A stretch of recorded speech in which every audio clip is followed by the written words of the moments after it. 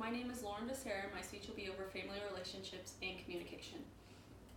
Stephen Labossiere once said to let communication be the seed that you water with honesty and love so that it can produce a happy, fulfilling, and successful relationship. My specific purpose today is to persuade you into understanding 3 important topics that go into having good communication in family relationships and to understand how important it is to communicate well with one another. These 3 points include being an active listener, paying attention to nonverbal communication, and lastly, how to handle conflicts in family relationships.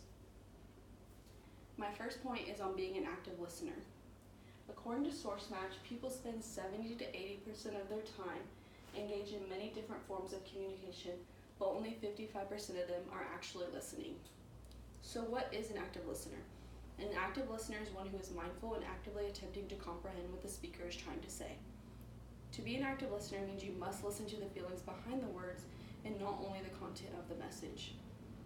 To improve being an active listener, you will need to take in what the speaker is trying to say without interruption, even if you do not agree with what they are saying. You will need to remove any distractions that will keep you from focusing on the message, such as your phone.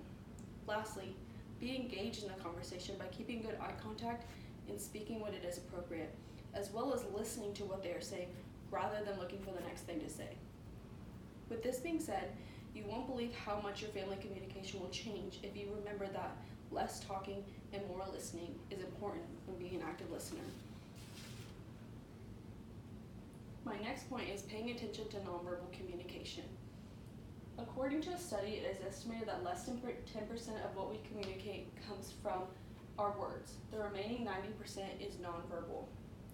Nonverbal communication consists of facial expressions, body language, eye contact, and tone of voice. Research has shown that about 90% of communication is nonverbal, so you must understand when to pay attention to these different types of communication. For example, if someone is speaking to you verbally, but their body language is telling you something different, this can create confusion and mixed messages. Communication is important in situations like these because you must find out how this person is truly feeling. Some people are better at expressing themselves through nonverbal communication, so you must know what to look out for in order to communicate with these people more effectively. You can show clear and positive nonverbal communication by smiling, showing eye contact, and having good posture. My third point is how to handle conflicts in family relationships. Thomas Crum says the quality of our life depends not on whether or not we have conflicts, but on how we respond to them. Family conflicts are very common and sometimes unavoidable. These types of conflicts are common because of the emotional connection we have with our family members. It is important to know how to handle these conflicts to avoid problems in the future. My textbook provides an excellent strategy on how to handle not only family conflicts, but any other conflicts you may have, such as work-related. This strategy is called integrating, which involves a high level of concern for yourself as well as others. This strategy will allow you to work out a positive solution that will benefit everyone and is a win-win situation. With this strategy, you must discuss all issues and concerns you may have, as well as providing honesty and commitment from everyone involved. By using this strategy, you will be able to express how you're truly feeling, as well as the rest of your family members.